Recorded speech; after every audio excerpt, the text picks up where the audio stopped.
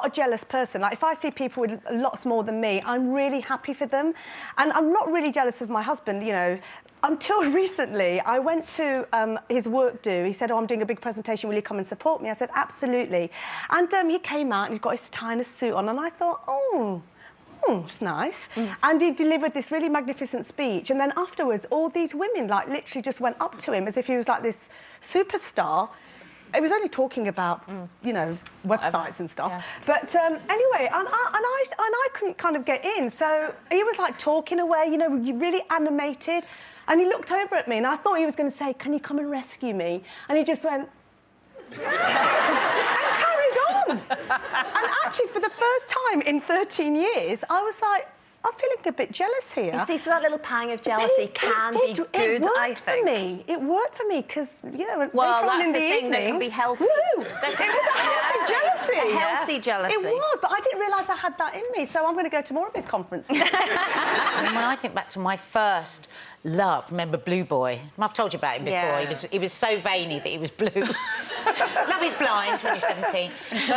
But that was my jealous time, and I would, you know, I would like pretend that I needed something from the corner shop just to get him out so I could read through his diary. Oh, so you did it as well? Yeah, no, I did. I think a lot of people did, and it was. But you know, it's a physical thing that happens when you're searching for something. You're looking. You want to find something, because actually, and I've spoken to therapists about it since. There's a whole load of chemical reactions that go on: cortisol, adrenaline. You get the pumping heart. You get the fear. You get the insecurity. Then you get the winning over. Oh wow! Oh God! What? Yeah. She was great in bed. Oh, well, am I? Well, how good am I? You know, and all that obsessive thinking is really, really dangerous. And I remember that was my first ever love. I remember it was so dangerous. I used to play this massive... I played this massive game, which was, oh, I go and... oh, yeah, because he had a lot of friends that were girls, but I didn't have a lot of friends that were boys, so I made up this whole fake person that I used to go round to his house. Oh, yeah, there were other people there, yeah, it was really great, yeah, we were just hanging out, you know, we were drinking Cinzano, you know, all this baloney. And that was close. You were so close then. She was so close. And then I remember one day he's saying to me, so what do you do when everybody's gone? He wasn't jealous, you see, and I was trying to make him jealous with the dangerous games we play. Yeah. And I said, thinking I was very sophisticated, I think I might have even been smoking a fag at the time, such an idiot. I said, oh, well, I wasn't just playing Scrabble. Now, where did that come from?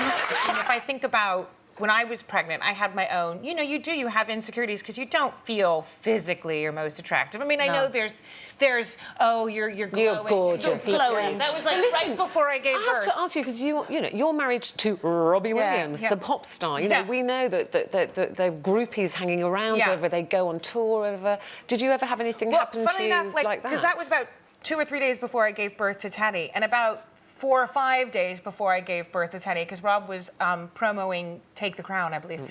And he had to do Italian X Factor. And on the stage with him, now I am like leaky, gross, sweaty, stinky. Cankles, swollen. There is nothing, the hair is dirty on the top of the head, sweatpants all elasticated, the same ones I slept in. And he was on Italian X Factor. I remember turning on the feed, and it was a stage full of naked Italian models. Oh my God. Oh, they're a bit more brazen on Italian Look at them. Look at them just there naked with my husband. Oh, look at him. Look, I'm so sweet. And you're at home watching. And I'm at home watching with my big leaky everything, and she's just covering it up, just little hands right there, and they're all standing kind of dancing and gyrating around him, and I was like, I'm going to have some Maltesers. You're married to a tennis coach. Now, they would be a red flag for me, because... Oh, really? Well, because it's one of those... Let me take it from behind. You know, it's always the thing you go, oh, yeah, she ran off with her tennis coach. It's true. Is that all the head gardener? Well, no, I know. I mean, I'm sure he has taught a few women about their grip and all the rest of it. But no, you just get used to it, don't you? I mean, it's a Jackie Collins novel, and sometimes, yes, you do see him sort of coaching middle-aged women. And but do you get that little twinge of jealousy ever? Well, it's nice. Do I? I'm just trying. I have to have another drink. Yeah, I mean, if you just were completely uncaring of who your partner was speaking to, I think it would say bad things about the relationship. There has to be that feeling. What about you, Jane? Yeah, well, I have always had a little thing about Daniel Craig. Love Daniel Craig. Yes, particularly since that moment, I have to confess. But it's really funny because I've almost got to the point now where I can obviously never meet him because it will be a disaster, but I wind my husband up something rotten. So we'll be out with friends or something and he'll be talking to someone over there and I'll go, watch this. And then just in the conversation, I'll go, yeah, God, you know, must go and see that new Daniel Craig film. And it's like a trigger. He goes, really? Oh, God, he's so ugly. Looks like a monkey. Quite clearly doesn't look like a monkey, but I get him, he's like that every time. On the hook. So you just do it to wind him up then? Totally. I haven't got you tagged, but I'd like to know where you were yesterday lunchtime. Oh.